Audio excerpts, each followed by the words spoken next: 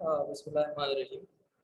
Sir 4 chapters मुकम्मल होने के बाद अब हम आ गए 5वें चैप्टर पे, जिसका नाम है फ्री कंसेंट। सर अभी तक हमने जो जो पढ़ा है वो तमाम की तमाम चीज़ें एसेंशियल्स ऑफ वैलिड कॉन्ट्रैक्ट के, यानी कि अगर ये चीज़ें तमाम मौजूद हैं जब ही कॉन्ट्रैक्ट बनेगा, वरना एक कॉन्ट्रैक्ट वैलिड कॉन्ट्रैक्ट नहीं हो सकता। ठीक है बेटा, उस पर हमने capacity of parties, offer and acceptance, consideration पढ़ लिया है। अब हम आ गए free consent. Sir free consent क्या होती है, मैं कब बोलूंगा? अच्छा, कंसेंट, फ्री कंसेंट होना क्यों जरूरी है?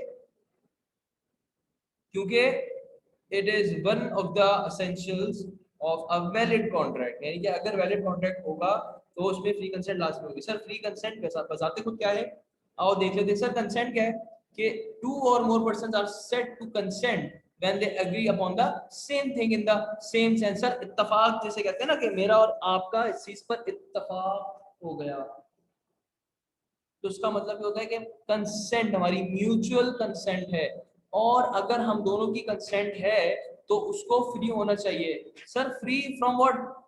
फ्री फ्रॉम ये चीजें जो हम बता रहे हैं, free from coercion, free from undue influence, free from fraud, free from mistake, free from misrepresentation.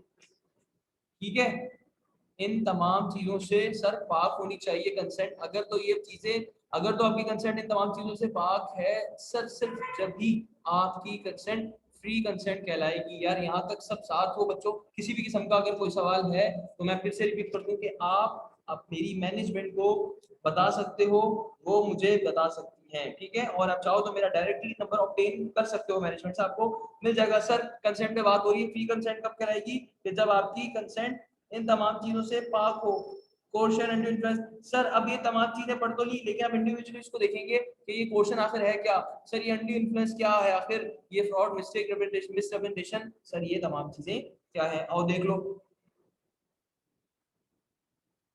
Sir question एक ऐसा तरीका है कंसेंट हासिल करने का, अगर कैसे हो, when it is obtained by committing any act which is forbidden by the Pakistan penal code.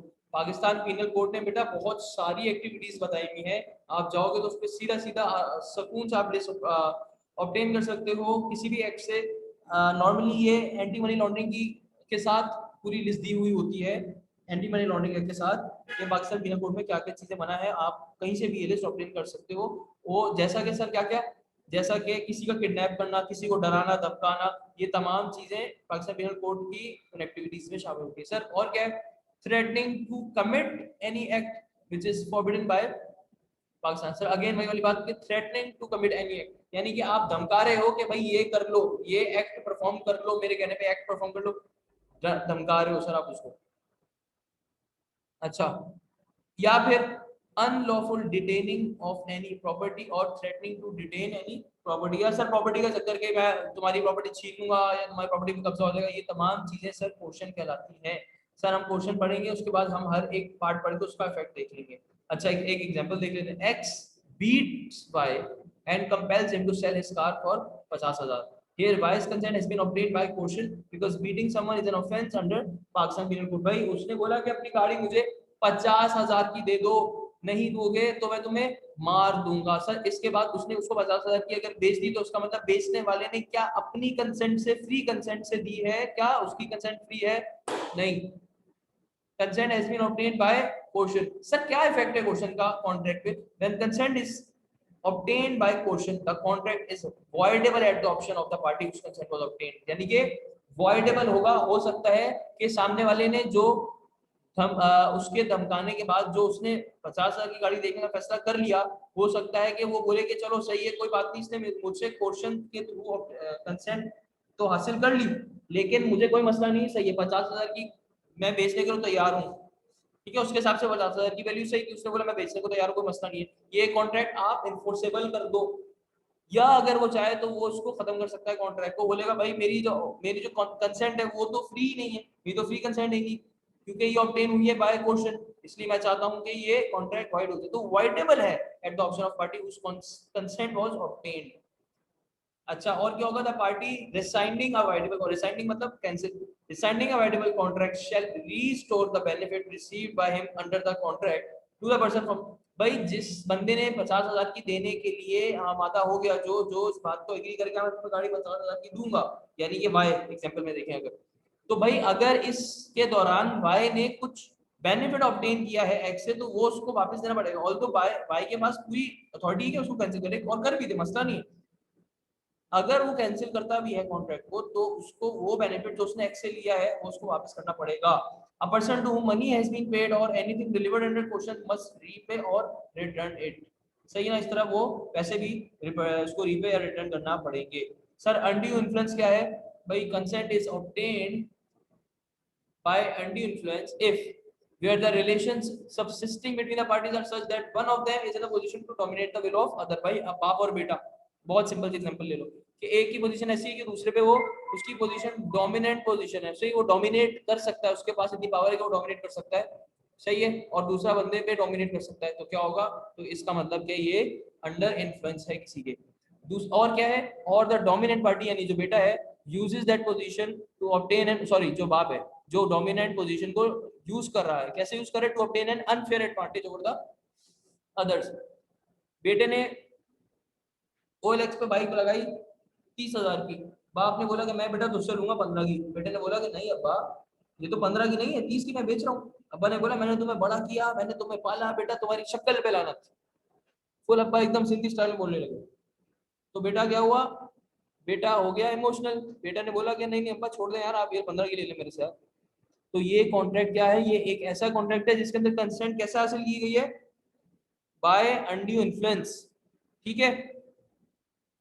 Sir इस केस में अब क्या इफेक्ट होगा?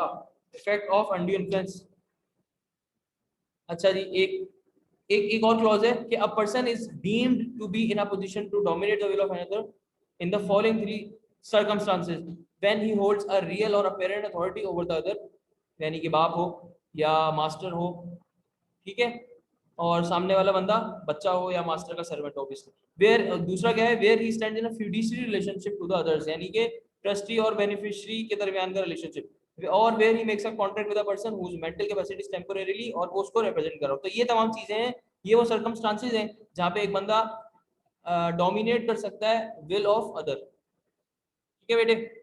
अच्छा जी, उसके बाद आ गया फ्रॉड पे। सर फ्रॉड का क्या मतलब है? फ्रॉड मतलब a false representation of fact made wilfully with a view to deceive other party, ठीक है, एक ऐसी फॉल्स रिप्रेजेंटेशन देना जो कि सामने वाले को धोखा देने की नियत से दी जा रही हो, वो फ्रॉड कहलाता है। Fraud means and includes any of the following acts committed by party to a contract or by his agent with intent to deceive another party, that or his agent, or to induce him to enter into the contract। अच्छा जी, as a fact the suggestion of which is not true by one who does not believe it to be true, the active concealment of। अब ये किस किस तरीके से fraud हो सकता है वो बता रहे हैं कि एक ऐसी चीज जिसमें आप फैक्ट छुपा दें, सही है, या तो आप फैक्ट्स बताएं ना, या फिर आप गलत बताएं, सही है, ये तमाम फ्रॉड के तरीके हैं। या जो प्रॉमिस किया है वो इसी नियत से किया हो कि मैं परफॉर्म ही करूंगा, ठीक है, या कोई ऐसा एक्ट जो कि धोखा देने की नियत से किया गया हो, तमाम के तमाम एक्ट्स फ्रॉड के अंडर आते हैं। सर एसेंशियल एलिमेंट्स फ्रॉड के फिर क्या हुए? एसेंशियल एलिमेंट्स फ्रॉड के हैं by a party to a contract, fraud must be committed by a party to a contract or by anyone with his convenience or by his agent। भाई जो सामने वाला बंदा जो चीज बेच रहा है ना या खरीद रहा है, जो भी जो पार्टी टू अ कॉन्ट्रैक्ट है, उसका होना लाजमी है, या उसकी किसी कन्वीनियंस या उसके एजेंट से, ठीक है, या वो खुद या फिर उसका एजेंट या उसके ऐसा बंदा जो उसकी कन्वीनियंस से वो कॉन्ट्रैक्ट में एंटर हुआ हो। सर उसके बाद फॉल्स रिप्रेजेंटेशन होना जरूरी है, और रिप्रेजेंटेशन एज टू फैक्ट, यानी कि the representation must relate to the fact, in other words more opinion mere opinion or statement of expression does not amount to fraud, ठीक है, उसकी रिप्रेजेंटेशन होनी चाहिए और एक्चुअली डिसीव भी होना चाहिए सामने वाली पार्टी को, और सामने वाली पार्टी को लॉस भी सफर करना लाजमी है। सर अगर ये तमाम चीजें नहीं होती ना बेटा, तो आपका contract upon the basis of consent not being free void नहीं हो सकता, आपका कॉन्ट्रैक्ट खत्म नहीं हो सकता जब तक ये 5 चीजें नहीं होती। आप नहीं कह सकते कि भाई इसने मेरी कंसेंट फ्रॉड के थ्रू हासिल की है, कब? जब तक कि वो स्टेटमेंट सामने वाली पार्टी की तरफ से ना आए, जब तक कि आप एक्चुअली डिसीव ना हुए हो और आपने सफर ना किया हो क्या लॉस। ये 3 मोटी मोटी चीजें लाजमी है कि सामने वाले बंदे ने धोखा दिया हो ये जरूरी है, और आपने धोखा खाया हो ये भी जरूरी है, और तीसरी चीज कि आपने लॉस सफर किया हो। ये चीजें लाजमी है जब के जाके फ्रॉड कहलाएगा। सर चौथी चीज, mistake is said to have occurred where the party is intending to do one thing by error to do something else. Mistake is an erroneous belief concerning something. The mistake can be of two types: mistake of law, mistake of fact. भाई अब कोई चीज हो गई, लेकिन कैसे हो गई? मिस्टेक से हो गई, गलती से हो गई। सही है। अब गलती से आपने, अच्छा गलती से क्या मतलब सर? भाई मेरे पास सफेद और दो घोड़े थे, सफेद और काला। अब सामने वाला बंदा घोड़ा खरीदने आया, उसने बोला कि भाई ये घोड़ा कितने का है? मुझे लगा ये काले घोड़े की बात कर रहे हैं, मैंने बोल दिया 25,000 का। जबकि वो घोड़ा जो था वो कितने का था? वो था 30,000 का। मुझे लगा कि वो सफेद का पूछ रहा है, काले का पूछ रहा है, लेकिन जबकि वो सफेद का पूछ रहा था और मैंने उसको काले का रेट बता दिया, जबकि वो सफेद का रेट पूछना चाह रहा था। अब उसने बोला कि ठीक है मैं आपको कल पैसे पहुंचा दूंगा, आप मुझे घोड़ा पहुंचा देना। पैसे उसने पहुंचा दिए, लेकिन जब उसने घोड़ा पहुंचाया तो वो घोड़ा ऑब्वियसली वो नहीं था जो जो जिसके उसने सामने वाले बंदे ने पैसे दिए थे। सही है, बात समझ में आ रही है? अब ऐसे में क्या हुआ? ऐसे में ये हो गया एक, ये हो गई मिस्टेक।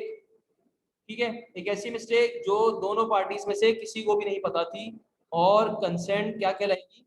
ऑब्टेन्ड बाय मिस्टेक कहलाएगी। सही। ठीक है बेटा, आ जाओ आगे चल लेते हैं। भाई मिस्टेक की दो टाइप्स है, या तो मिस्टेक ऑफ लॉ होता है या मिस्टेक ऑफ फैक्ट होता है। मिस्टेक ऑफ लॉ यानी कि आपने कोई ऐसी गलती कर दी जो कि कानूनी गलत था, तो वो क्या होगा? That contract is not voidable because everyone is supposed to know the law. देखो, ignorance of law is no excuse. अगर पाकिस्तानी लॉ की मिस्टेक है तो वो जो है वॉइडेबल नहीं होगा, क्योंकि वो आप कह रहे हो कि भाई मैं तो गलती से मुझे लगा कि ये तो कुछ और है, मैंने तो गलती से ये बोल दिया, जबकि वो कानून में लिखा हुआ था और वो लॉ था। तो आप बोलोगे अरे मुझे तो पता नहीं था, सॉरी, अब मैं ये चाहता हूँ कि वाइड हो जाए कॉन्ट्रैक्ट, तो ये कॉन्ट्रैक्ट इज नॉट वाइडेबल। क्यों? Because ignorance of law is no excuse. आपको पता होना चाहिए, ये भी एक रूल है, जनरल रूल है कि ignorance of law is no excuse. ठीक है। अगर आप पहली बार निकलो रोड पे और आपने रेड लाइट ऑन है और आपने ट्रैफिक के जो है वो रूल्स तोड़ दी, और आगे जाके आपने बोला भाई मैं तो बच्चा हूं, मुझे तो पता ही नहीं है, तो क्या होगा? तो आप क्या ये क्लेम कर सकते हो कि आपको पता नहीं है या आपने पढ़ा नहीं? नहीं, आप ये क्लेम नहीं कर सकते, और आपको पनिश मिलेगी या जो भी फाइन होगा सब कुछ होगा। क्यों? क्योंकि ignorance of law is no excuse.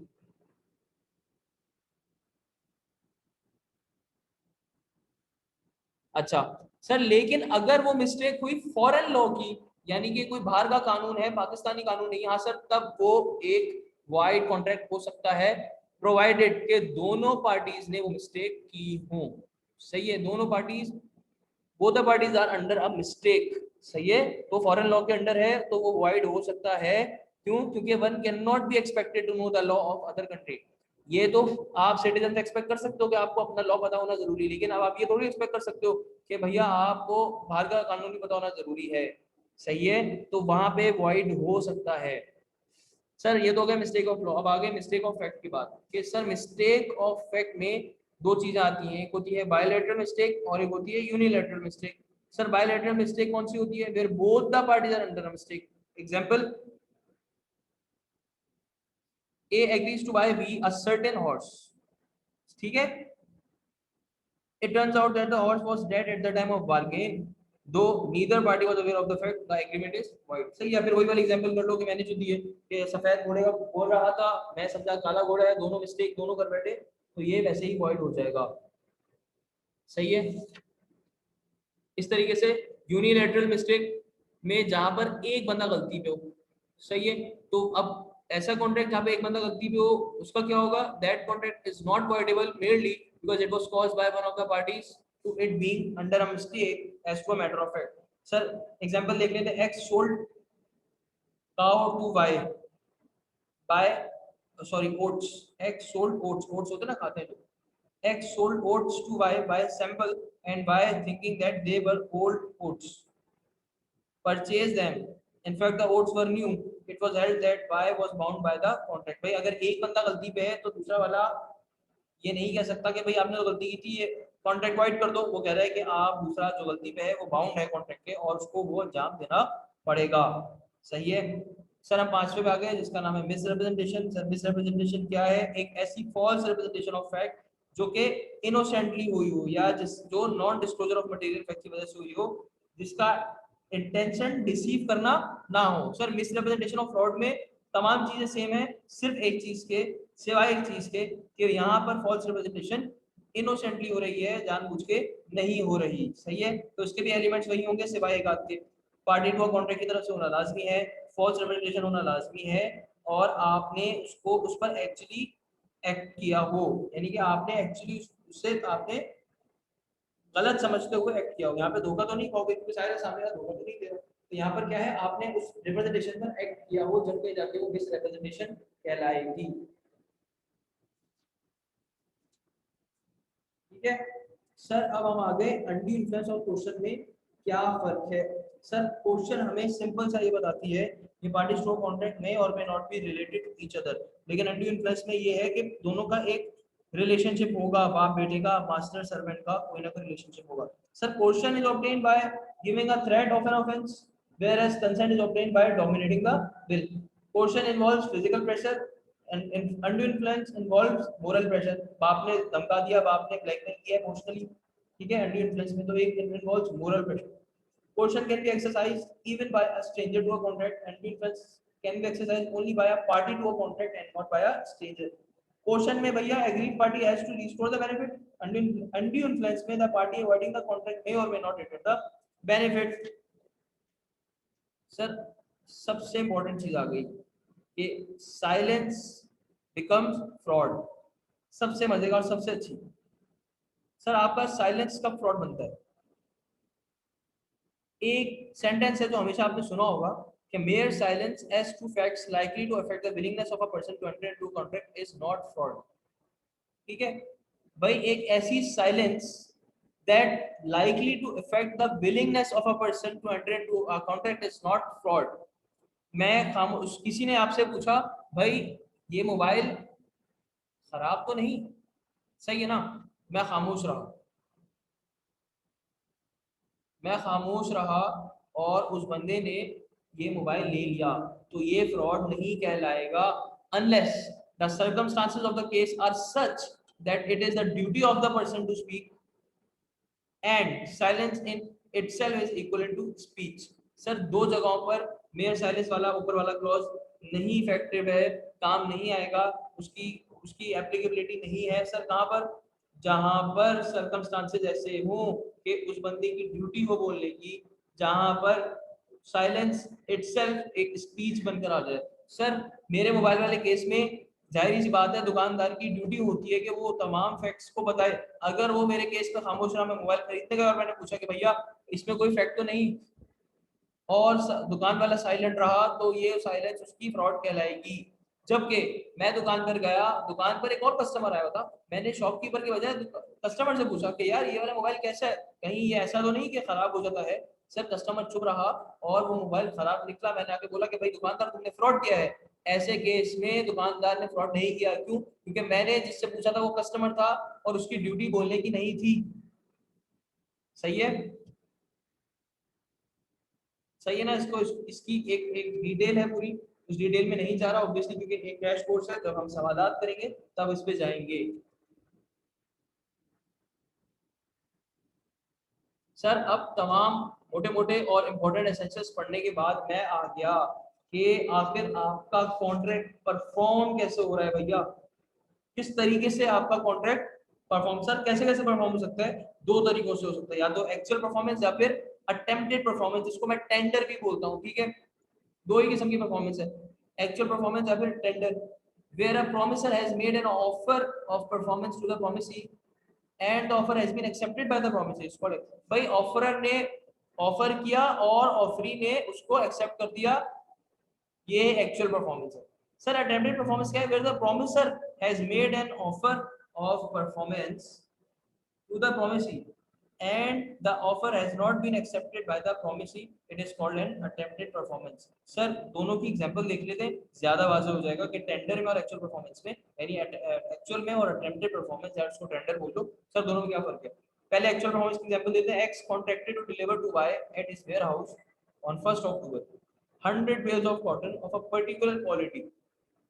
X brought the cotton of requisite quality to the appointed place on the appointed day during the business hours and Y took the delivery. This is an actual। भाई उसने जो perform करने का वादा किया था उसने उस तरीके से परफॉर्म किया, और जिसके लिए परफॉर्मेंस वो दे रहा था, वो परफॉर्म कर रहा था, उसने वो एक्सेप्ट भी कर ली। सर अटेम्प्टेड में क्या है, if in the foresaid example Y refuses, अब अगर एक्स ने परफॉर्मेंस का प्रॉमिस किया था, उसने परफॉर्म कर दिया, लेकिन वाई ने वो लेने से इनकार कर दिया, मींस के परफॉर्मर ने परफॉर्मेंस तो दे दी, लेकिन वो जिसके लिए परफॉर्म कर रहा था उस बंदे ने एक्सेप्ट नहीं किया, इट मींस के अब वो एक टेंडर बन गया। सही है। मेरा प्रॉमिसर, प्रॉमिसर कौन होगा, सबसे पहले इस लफ्जों को और से देखो। देखो एक तो होता है प्रॉमिसर, एक होता है प्रॉमिसर। प्रॉमिसर कौन होगा आपका, प्रॉमिसर आपका होगा जिसने परफॉर्मेंस देनी होगी। वो कौन होगा, जो ऑफर एक्सेप्ट करेगा। भाई मैंने आपको ऑफर दी कि भाई मैं आपको चावल बेचूंगा 100 रुपए के, आपने उसको एक्सेप्ट कर लिया। सही है। इसको इस तरीके से देखो, मैंने ऑफर की, आपने एक्सेप्ट कर लिया, अब मैं ऑफर देने के बाद, आपकी एक्सेप्टेंस के बाद, अब मैं उसको परफॉर्म करूंगा। अब मैंने वो 100 रुपए के चावल आपको दे दिए। अब एक्चुअल परफॉर्मेंस क्या बोलती है कि वेयर अ प्रॉमिसर, यानी कि जिसने ऑफर दी थी और सामने से एक्सेप्ट हो गया। अब ऑफर जिसने दी थी वो प्रॉमिस पूरा कर रहा है, where promisor has made an offer and has been accepted by the promisor. मैंने ऑफर दी और सामने वाले ने ऑफर एक्सेप्ट कर ली। लेकिन अटेम्प्टेड परफॉर्मेंस में मैंने ऑफर दी, लेकिन सामने वाले ने उसको एक्सेप्ट नहीं किया। मैंने ऑफर दी परफॉर्मेंस की, लेकिन उसने एक्सेप्ट, सर ऐसे केस को अटेम्प्टेड होते हैं। जहाँ पे ऑफर दी परफॉर्मेंस की, सामने से एक्सेप्ट हो गया, वो एक्चुअल है। जहाँ और जहाँ ऑफर दी परफॉर्मेंस की, सामने वाले ने उसको रिजेक्ट कर दिया, वो एक अटेम्प्टेड परफॉर्मेंस है। सर अटेम्प्टेड परफॉर्मेंस को टेंडर भी बोलते हैं। और अब हमारा अगर टॉपिक है essentials of a valid tender. Sir valid tender कब कहलाएगा, ठीक है ना, क्योंकि टेंडर की वैलिडिटी देखना इसलिए जरूरी है बेटा, क्योंकि मैं तो, जो सामने परफॉर्म करने वाला बंदा है, उसके ऊपर बर्डन ऑफ प्रूफ आ जाएगा ना कि आप बताओ भाई आपने क्यों परफॉर्म नहीं किया। तो अब वो तो उसके ऊपर आ जाएगा ना कि उसको उसको ये बात प्रूफ करनी पड़ेगी कि यार मैंने तो भैया, मैंने तो पूरी कोशिश की थी परफॉर्म करने की, सामने वाले ने एक्सेप्ट नहीं किया। तो इसलिए अगर पूरी कोशिश सामने वाले ने की है तो इट मींस कि उसने बोला कि मेरा वैलिड टेंडर था। अब आप देखते हैं कि वैलिड टेंडर के क्या क्या एसेंशियल है। सबसे पहले वो कहता है कि अनकंडीशनल होना चाहिए। अनकंडीशनल होने से मुराद कि उसके साथ कोई कंडीशन ना लगा दी जाए। एग्जांपल ले लो, x offers to deliver 100 page of cotton to y if y sells his one machine to x। भाई वो बोलेगा कि भाई मैंने, अब जो सामने वाला आएगा बोल, अच्छा एक एक केस बनाते हैं, mister A and mister B. Mister A ने मिस्टर बी को 100 बेल्स ऑफ कॉटन देने का वादा किया, और मिस्टर ए ने 100 बेल्स ऑफ कॉटन देने का ऑफर भी दे दिया कि मैं आपको 100 बेल्स ऑफ कॉटन दे रहा हूँ, लेकिन मिस्टर बी ने उसको रिफ्यूज कर दिया। अब मिस्टर ए ने बोला भाई मैंने तो, मेरी तो अटेम्प्टेड परफॉर्मेंस थी यार, मैंने तो पूरा दिया था ना। लेकिन मिस्टर बी बोल रहे हैं कि भैया आपने दिया तो था, लेकिन आप जरा देखोगे एसेंशियल और वैलिड टेंडर क्या है, आप जाके पढ़ोगे अनकंडीशनल है। पता है चला कि मिस्टर ए ने बोला कि मैं आपको 100 बेल्स ऑफ कॉटन तो दे रहा हूँ, लेकिन मैं तब दूंगा जब आप मुझे अपनी एक मशीन दोगे।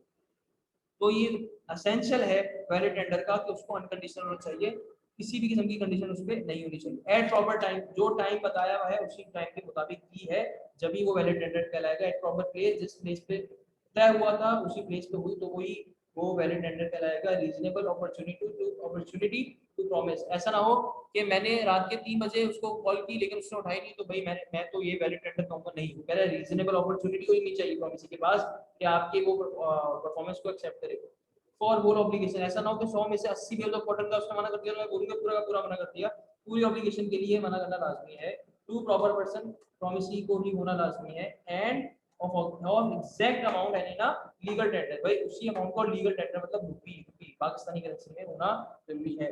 सर कौन है जो के परफॉर्मेंस डिमांड कर सकता है, क्या सिर्फ प्रॉमिसी है? नहीं सर, प्रॉमिसी के अलावा उसका लीगल रिप्रेजेंटेटिव भी हो सकता है, कोई ऐसा थर्ड पार्टी जो कि उसने जिसको रखवाया हो या उसने इस चीज की जिम्मेदारी उसको दी, वो भी हो सकता है। और चौथा ज्वाइंट प्रॉमिसी हो सकता है कि दो बंदे थे प्रॉमिसी, दोनों ज्वाइंट है, दोनों में से किसी को भी मैं पूरी दे सकता हूँ तो मेरी परफॉर्मेंस कहलाएगी। सर ये तो होता है कि कौन कौन परफॉर्मेंस डिमांड कर सकते हैं। अब कौन कौन परफॉर्म करेगा इस पे आ जाते हैं। सर कौन है, क्या सिर्फ प्रोमिसर है? नहीं, इसी तरह से प्रोमिसर एजेंट भी कर सकता है, उसका लीगल रिप्रेजेंटेटिव भी कर सकता है प्रोमिसर का, ऐसा थर्ड पार्टी, या फिर जॉइंट प्रोमिसर भी कर सकते हैं। सर मेरे 6 चैप्टर्स मुकम्मल हो गए, इजी इजी से चैप्टर्स है बेटा। सिर्फ और सिर्फ परेशान कहाँ करेंगे आपको सवालों में साथ रहना। जब मैं आपको क्वेश्चन करवा रहा हूँ आपकी क्लास में, तो अल्लाह का वास्ता बेटा अपनी शक्लें लेकर आ जाना, ठीक है, हरामखोरी मत करना।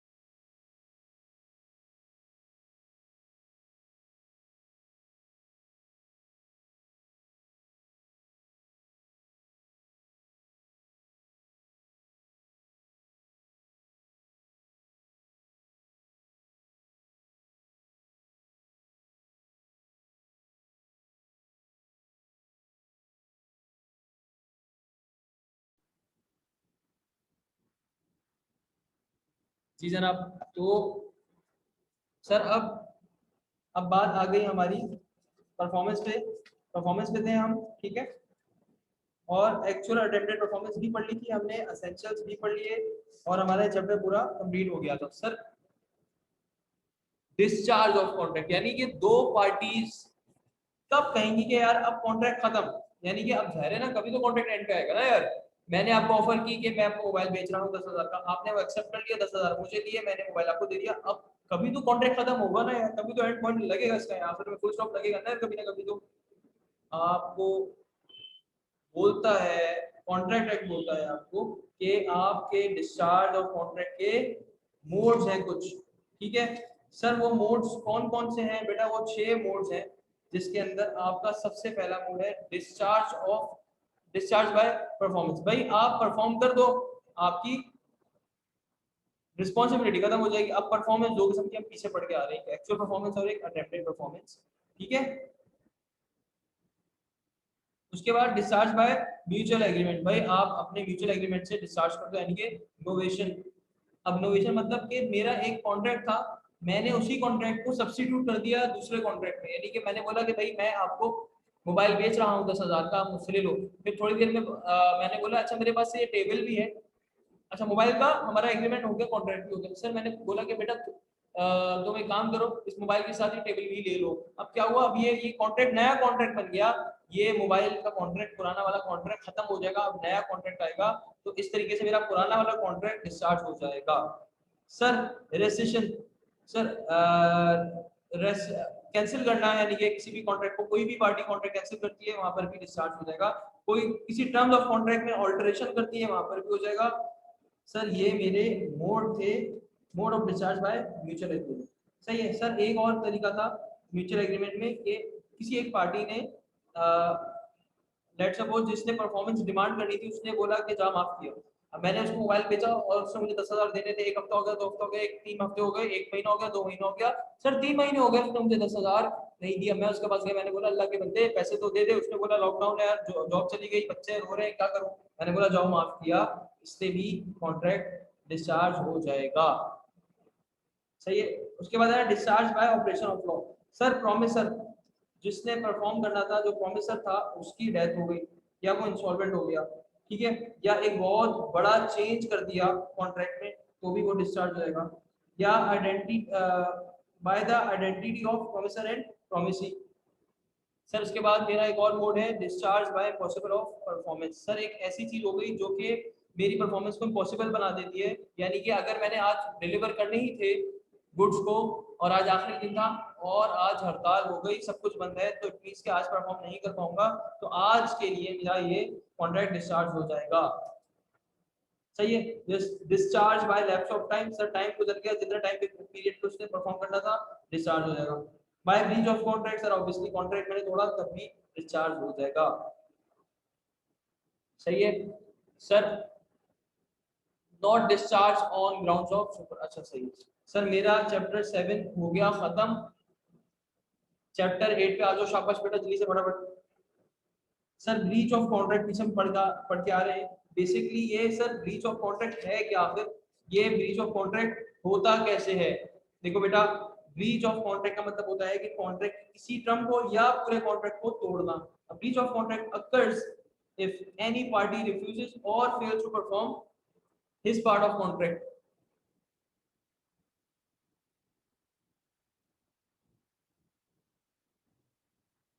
ठीक है, वो अपने हिस्से का कॉन्ट्रैक्ट करने में नाकाम रहा या उसने उसकी किसी भी टर्म को कॉन्ट्रैक्ट के किसी टर्म को तोड़ दिया, तो ये ब्रीच कहलाएगा। सर ब्रीच दो किस्म के होते हैं, एक एंटीसिपेटरी ब्रीच होता है और एक एक्चुअल ब्रीच होता है। सर एंटीसिपेटरी ब्रीच की एग्जांपल देखता हूं आपको, उसके बाद समझाता हूं कि होता क्या है। X, a farmer agrees to sell to Y his entire crop of 10 tons of wheat. भाई एक फार्मर था एक्स, उसने वाई को 10 टन ऑफ व्हीट बेचने का कॉन्ट्रैक्ट किया 8,000 पर टन पे। कब? 20 अक्टूबर को। पहली अक्टूबर को एक्स ने इन्फॉर्म किया वाई को कि that is not going to supply the goods. X has committed anticipatory breach of contract by express repudiation, यानी कि उसने एक्सप्रेसली ये बता दिया कि वो ये कॉन्ट्रैक्ट पूरा नहीं कर पाएगा वो 20 अक्टूबर तक 8000 पर टन पे 10 टन ऑफ वीट नहीं दे पाएगा, ये उसने एक्सप्रेसली बता दिया, इसलिए ये क्या हो जाएगा, ये एक एक्सप्रेस रिप्यूटेशन कहलाएगी। सर इसी तरीके से एंटीसिपेटरी इम्प्लाइड रिप्यूटेशन में भी होता है कि जहाँ पे उसकी हालत ऐसी हो, जहाँ पर सैलाब आ गया हो, तो ऑब्वियस है कि वो 10 टन ऑफ वीट नहीं दे पाएगा क्योंकि उसकी हालत ही नहीं देने वाली, तो ये एक इम्प्लाइड रिप्यूटेशन कहलाएगी। अब सर है कि एंटीसिपेटरी ब्रीच कॉन्ट्रैक्ट क्या है, देख लो। Anticipatory breach contract occurs when the party declares its intention of not performing the contract before the performance is due। भाई जब परफॉर्मेंस का दिन था उससे पहले ही उसने डिक्लेयर कर दिया कि मैं परफॉर्म नहीं कर पाऊंगा। अब ये एक्सप्रेसली भी हो सकता है रिप्यूडिएट और इम्प्लाइडली भी हो सकता है, परफॉर्मेंस से पहले उसने बता दिया परफॉर्म नहीं कर पाऊंगा, ठीक है, ये है एंटीसिपेटरी। सर एक्चुअल ब्रीच क्या है, एक्चुअल ब्रीच में दो केसेस है, on due date of performance या during the course of performance. On due date of performance में if any party to contract refuses or fails to perform his part of the contract at the time fixed for performance, it is called an actual breach। अब पहले वाले case की मैं बात करूं, अगर उसको पता था कि वो 20 अक्टूबर को नहीं दे पाएगा लेकिन वो खामोश रहा और 20 अक्टूबर आ गई और वो नहीं कर पाया 20 अक्टूबर को, तो ये क्या होगा, ये एक एक्चुअल ब्रीच होगा, वो भी on due date of performance, ठीक है। इफ अब during the course of performance, इसके अंदर क्या है, इसके अंदर ये कि if any party has performed a part of a contract and then refuses or fails to perform the remaining part of, भाई उसने आधा कर दिया आधा नहीं कर पाया, तो ये during the course of performance breach कहलाएगा। सर क्या रेमेडीज हैं, क्या मुझे, मेरे पास रूम है कि मैं इन तमाम ब्रीचेस को काउंटर कर सकूं, मेरे पास क्या रेमेडीज हैं, तो ये रेमेडीज हैं एग्रीव पार्टी के पास। एग्रीव पार्टी कौन सी होगी सर, वो मुतासरा पार्टी जिसको नुकसान हुआ होगा, जो इस ब्रीच से मुतासिर हुई होगी। सेशन ऑफ कॉन्ट्रैक्ट, भाई कॉन्ट्रैक्ट क्या करो, कैंसिल कर दो, सिंपल। और सूट फॉर डैमेजेस, दूसरा सूट फॉर डैमेजेस में क्या कि उसको जो डैमेज तुम्हें हुआ है उसके पैसों के लिए उस पे सू कर दो। सूट फॉर स्पेसिफिक परफॉर्मेंस, या उसको बोलो कि अब मुझे वो 10 टन ऑफ कॉटन चाहिए ही चाहिए, सूट फॉर स्पेसिफिक परफॉर्मेंस, यानी कि अब आप उसको ये बोलोगे कि मुझे ये करके दो। सूट फॉर इंजंक्शन, अब इंजंक्शन का मतलब कि कोर्ट ऑर्डर आ गया, आपने कोर्ट का इस्तेमाल किया और कोर्ट ऑर्डर आ गया और आपने कोर्ट का ऑर्डर लेकर उसके पास पहुंच गए, अब भाई आप ये काम करोगे। Suit for quantum merit means payment in proportion to the work done on reasonable value of, भाई जितना तुमने किया था उतना तो कर दो, जितना कहा था उतना तो कर दो। सर ये मेरे पास 20 की टाइप्स आ गई, जो जो मैं बोल रहा हूँ बेटा अगर तुम लोग लिखते जा रहे हो तो तुम्हारी जिंदगी आसान रहेगी, वरना पुराना पीछे करके देखते रहना पड़ेगा। सर आपने हेडिंग्स क्यों नहीं दी, बेटा मेरे अपने समरी नोट्स के अंदर मौजूद है, लेकिन तुम हराम खोरोगे नहीं, मैंने इसलिए सामने यहाँ पे हेडिंग्स में चाहता तो इस वर्ड की फाइल में ये इस वाली फाइल में लिख सकता था, लेकिन क्योंकि तुम लोगों की अटेंशन बंदी रहे साथ साथ लिखते रहूंगा, क्योंकि आई बिलीव कि जब तक कि इंसान अटेंटिवली लिखता नहीं रहेगा साथ साथ चीजों को, उसका दिमाग नहीं चलता, वो अटेंटिवली लेक्चर अटेंड नहीं कर पाता। सर मेरा रह गया chapter bailment and pledge, indemnity and guarantee, agency security partnership,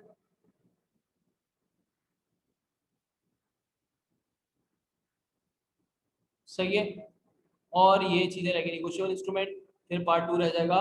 sir मेरा ये सब रह गया है, और आई होप कि आप लोग तमाम चीजें बेटा साथ साथ करते जा रहे हो, क्योंकि अगर आप लोग ये नहीं कर रहे तो फायदा नहीं है किसी भी चीज का, ना कोई बात बताने का ना ही समझाने का। इसलिए जरूरी है बेटा कि आप अपना साथ साथ काम लेके चलते रहो, जो जो लेक्चर्स दिए जा रहे हैं उसको हाथ के हाथ लिखो, बैठ के करो, और कोई प्रॉब्लम या कोई परेशानी होती है तो do ask from my management, management will help you in every case.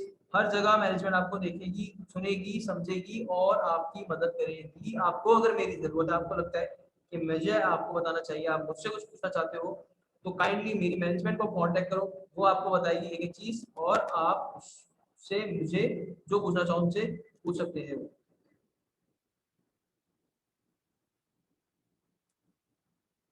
ठीक है बेटा, ये बात समझ में आई, ये बात बैठ गई भेजे में, सर में, ठीक है। अच्छा, अब मैं ये एक्सपेक्ट कर रहा हूँ कि जो कुछ मैंने पढ़ाया है यहाँ पर, इन तमाम चीज़ों में आप तमाम सवालात और उसके जवाबात पास पेपर से देखकर आओ, ताकि आप कोई अगला सवाल मुझसे नेक्स्ट क्लास में कर सको, पूछ सको आराम और सुकून के साथ, ठीक है। इसको बेटा देख लेना जरा यार। ठीक है, तो चलो बेटा अभी इतना ही काफ़ी है, तुम लोगों को भेजने में इतनी कैपेसिटी नहीं है।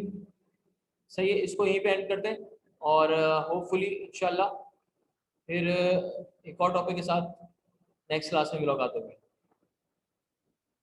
ठीक है बच्चों, टेक केयर।